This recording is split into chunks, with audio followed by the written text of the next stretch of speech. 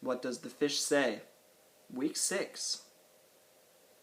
Well, to quote Broncos tight end Julius Thomas, "It's too easy! It's so easy!"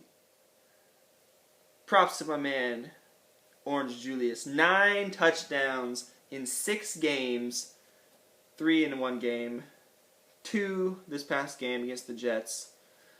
On pace to shatter Rob Gronkowski's record of 17 touchdowns in a season a couple years ago. And while we know that football is not indeed easy and every game has its challenges, the Broncos took care of business in the Meadowlands against the Jets. 31-17. Actually a little closer than the score might indicate. It was actually 24-17. And we pinned them deep, I think at the 1 or 2 yard line. So Geno Smith would have had to go 98 yards and about a minute, basically, to tie the game. And then we got the pick 6. So people might say, oh, that was a close game. They should have beaten by more than that. But hey, it was a 2-score win regardless. And, our defense, looking back, in the past 16 games that we have been ahead in the fourth quarter by a score or less, we are 14-2 in closing out those games. So what do you think about that? It's pretty good. Broncos defense, props to Von Miller. He's back. He's a beast. He's positive on Pro Football Focus every week. In the standings, he's been awesome. And then also the guy who's kind of flying under the radar is Chris Harris. Our number 2 corner, technically, is statistically the best corner in the league right now. Locking people down, has not allowed a touchdown. The longest pass that he's allowed this year has gone for 22 yards. People are completing, I think, 20-something% of the passes thrown towards him this season, and total QBR when throwing at him of all the quarterbacks combined is the lowest of any corner in the league. Chris Harris, #NoFlyZone. Balling out. Another day at the office for Peyton Manning, 3 touchdowns, 200-something yards, ho-hum. It's watching him week in and week out is great. Like, this was actually one of the poorer games I've seen him have. And, look, no picks, 3 touchdowns. It's unbelievable. So, that's all I'm going to say about that game. We got a big game coming up Sunday night against the Niners, and then another big game Thursday night against the Chargers. So, looking forward to those. Broncos 4-1. And we roll it on through. Let's hit the games from earlier. Going to try and be quick this week. Colts, Texans, pretty much what I expected in this game. Competitive. Colts ended up pulling it out 33-28. Andrew Luck, good once again. T.Y. Hilton has a career high, 223 yards. Guess who was playing against him in fantasy? This guy, it never fails. Ryan Fitzpatrick has been subpar. Really, they need some help at the quarterback position. Really, they might consider trying Ryan Mallett. I'm not sure. Patriots, Bills. Wow, 37-22. Tom Brady apparently owns the Bills. I picked the Bills in this game. I thought, this was maybe their chance to kind of assert their dominance in the division right here. But the Patriots have won 2 in a row, back-to-back.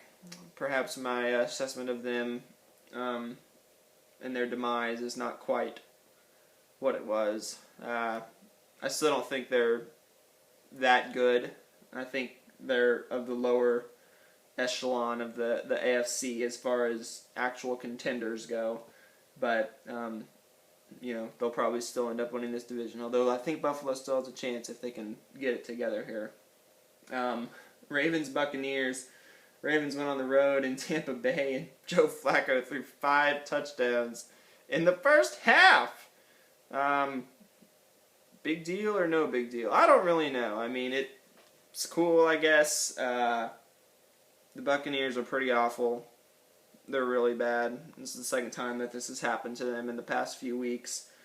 And the says as far as what it says about the Ravens, I'm not exactly sure. I think Steve Smith has made them a lot better. He's been a pretty big surprise for that offense, and the fact that they found a running game with Justin Forsett and guys like that, I think makes them a little more dangerous. Cincinnati better watch out, or else Ravens are going to come up behind him and snatch it. Steelers, Browns, the Browns! Yes, I picked this game. I didn't think it would be quite like this, this beatdown. What's his face? Brian Hoyer completed 8 passes in this game. He was 8 of 17, but he had almost 300 yards, I think. It's crazy. It was all deep balls, a couple to Jordan Cameron. But hey, I mean, this goes to prove the Steelers are not a very good team. I saw a tweet that said, hey, there are still people out there that think the Steelers are a good team. Retweet for awareness. And I retweeted it because I thought that was genius. So, hey, the Browns, they are, we'll see how they do the rest of the season. But right now, I consider them a potential, contender. They'll at least knock some teams off that you wouldn't think, especially at the beginning of the season, they would have any business beating. Don't know if they'll end up being close to a wild card or not, but they'll be around. They'll be in the hunt category at the end. Panthers, Bengals. Okay. 37-37 tie.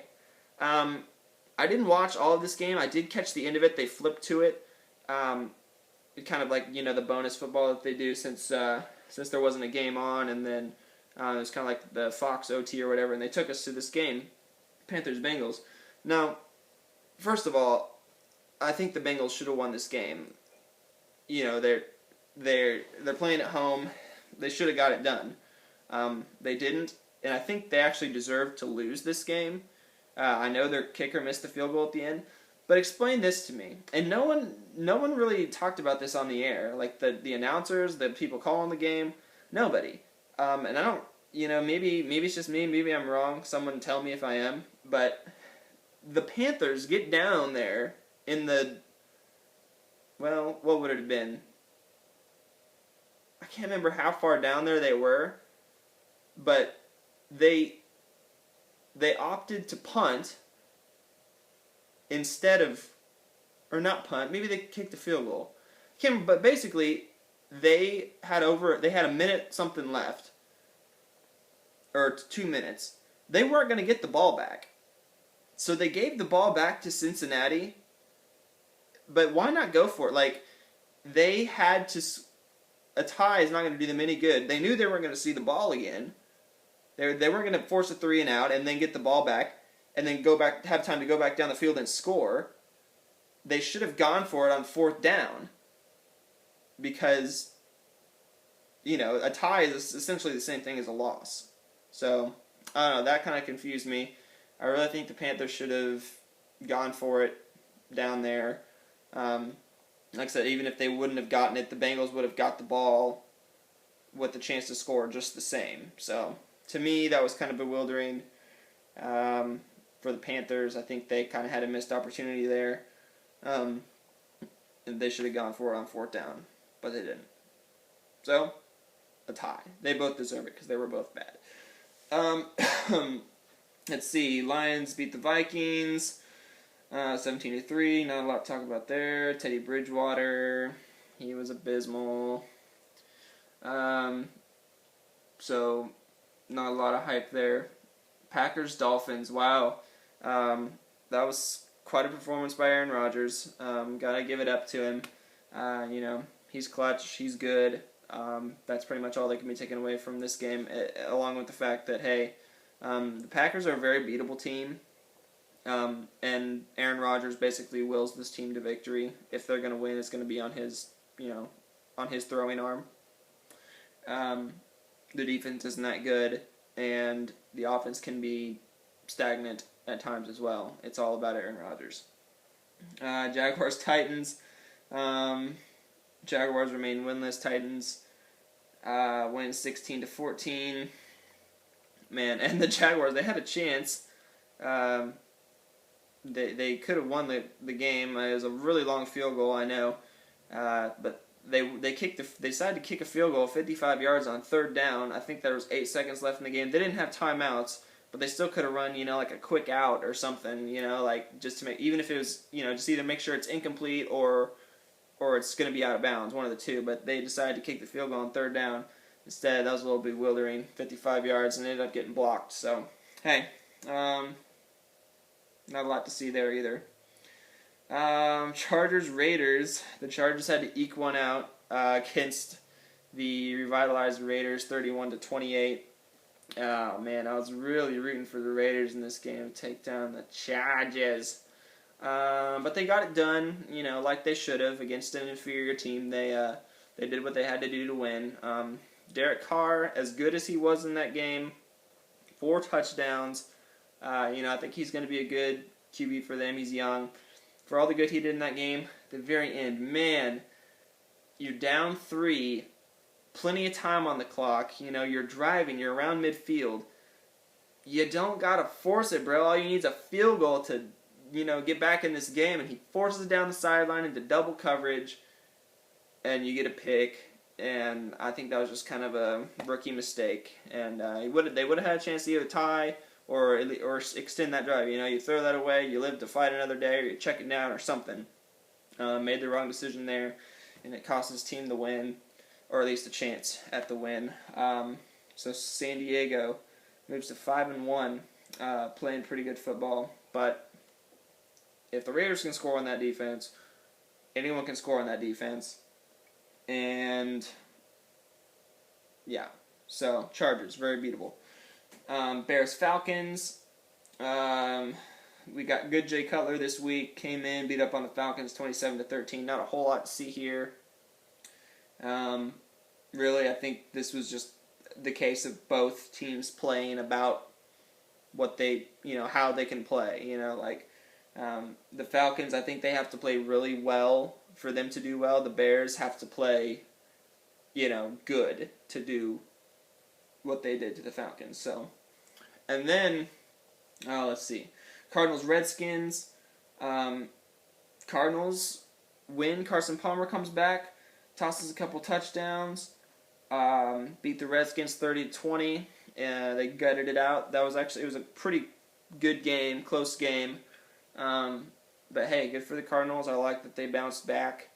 I like them in the NFC West. Hopefully they can hang on and at least snag a wild card spot this year. It's tough to not see Seattle bounce back and end up winning that division. But speaking of Seattle, and I did not see this coming. I did not think there was anyone this year, including someone in the division, that would go into Seattle and beat that team. But the Dallas Cowboys went in and pushed them around. That offensive line is the real deal. DeMarco Murray is for real. I mean, they ran all over them. And Tony Romo he was smart for the most part. And they even gifted him. They had a couple fumbles, blocked punt, I think. I mean, it was bad. You don't go up to Seattle and make those kinds of mistakes and still win a game like that. And they did. Tony Romo made big throws. The Seattle offense looked stalled once again. I mean, it seems like sometimes, Russell Wilson, as good as he is, the magic just kind of runs out. The weapons that they have on offense outside of Percy Harvin, the receivers and the routes and stuff that they run is not anything special. So whenever Russell Wilson isn't making the plays to move the chains for them and they're not able to run the ball, then they're in trouble because their offense really isn't that good. And that happened in this game. And props to the Cowboys for going in there and getting it done. You have to take them seriously now as probably the favorites in that division, even with Philly. That's going to be a big game when they play, whenever Dallas and Philly play. So, props to the Cowboys. Seahawks dropped to 3-2. not a terrible place to be, but probably not where you expected them to be either. With neither of those losses coming to, the Broncos. Uh, Speaking of the Eagles, they put a pounding on the Giants. Not a lot to see here. Well, I mean, it kind of depends. Like, the Eagles really came out and asserted their dominance, I thought. And the Giants, who I thought were on a roll, it really got exposed. I think some of their weaknesses got exposed. But really, in this game, Philly just played really well. And the Giants played about average. Eli didn't throw picks. They did have turnovers, but they couldn't run the ball. Philly could run the ball. Nick Foles played fairly well, and this one was a rout. And then the 49ers and Rams on Monday night. I was watching this game, and I was thinking, man, the Rams could win this game. They're up 14-0, and then what happened? The Niners went on a 24-0 run. And then, okay, so get this. This is my Monday nightmare. Hashtag Monday nightmare. I'm winning in my fantasy football league by 2 points. Actually, coming into the game, I'm winning by like 8 points. By the end of the game, the Rams had done a pretty good job on offense. They hadn't turned the ball over, so they had 6 points. I was winning by 7.8 points. They had 6 points. The 49ers defense did. So I'm still winning by like 1.8 points. And the Rams get the ball at the very end of the game, and I'm thinking, no. Please no. Because all that has to happen is for them to just go 3 and out. They could score. There's multiple outcomes that would seal this victory for me. Just don't fumble, don't lose a fumble, and don't throw an interception. And I even tweeted it. I was like, just please, don't turn the ball over. And what's he do? A pick 6 on the freaking last drive of the game. And I lose. Of course. Never fails. But I'm not here to talk about fantasy, although I could. The Niners are the better team. They came back, they stormed back in that game. I'm actually kind of glad that they won. I think that brings a better mindset to Denver next week. They'll be coming to Denver. Actually, like our chances beating them, with them coming off a win, had they been coming off a loss. But I think we are the better team this year. Our defense is, I think, every bit as good as them this year, and our offense is better too. So, obviously, there's a lot more matchups to it than that. But I like us to be favored in that game. I will, instead of making all my picks this week, I'm just going to post them in the comment section because the videos are already pretty long. This week I got it in under 20 minutes, so hey, look at me. I am now going to play Shadow of Mordor that I just installed on my Xbox One, so I'm pretty excited about that. And then also, one final thing, the Kansas City Royals just clinched a World Series spot for the first time since 1985, the first time making the playoffs since I've even been alive. And what do? They win 8 straight, go to the World Series. I'm not going to pretend like I follow the Royals that closely, but, congratulations to them. Congratulations to all the fans who have stuck with them through all of this time of horrid wretchedness. And then to have this happen is pretty cool. Pretty cool for the Royals. Pretty cool for the diehard Royal fans. So, of course I'll be rooting for them. Good job, Royals. Hopefully the Cardinals can make it there and have an I-70 series. That'd be pretty sweet. So, that's all I got for you this week.